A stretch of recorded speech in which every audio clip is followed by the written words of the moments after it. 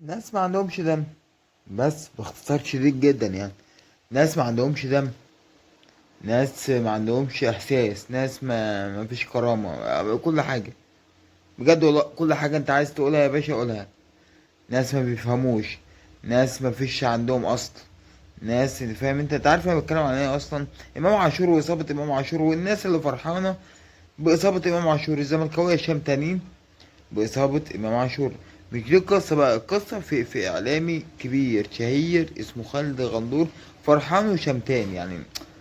يا كابتن انت اعلامي، انت يا كابتن انت قدوة المفروض لناس معينة، المفروض برضو. فيا كابتن انت ما ينفعش، كابتن انت ما ينفعش انت يصدر منك الحاجات دي. انا مش فاهم والله العظيم بجد. يعني جت معاك ازاي؟ انت جت معاك ازاي اصلا يا كابتن ان انت تتريق على اصابة امام عاشور؟ كابتن بندق، جت معاك ازاي؟ قول لي كده. بتتريق على مين وليه؟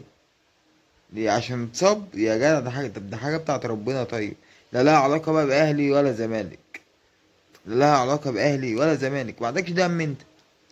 اه، ما عندكش دم ولا بتفهم ولا ما فيش. انت عقليه بليلاويه فعلا، بليله. انت فعلا بتاع بليله، ما فيش اكتر من كده يتقال.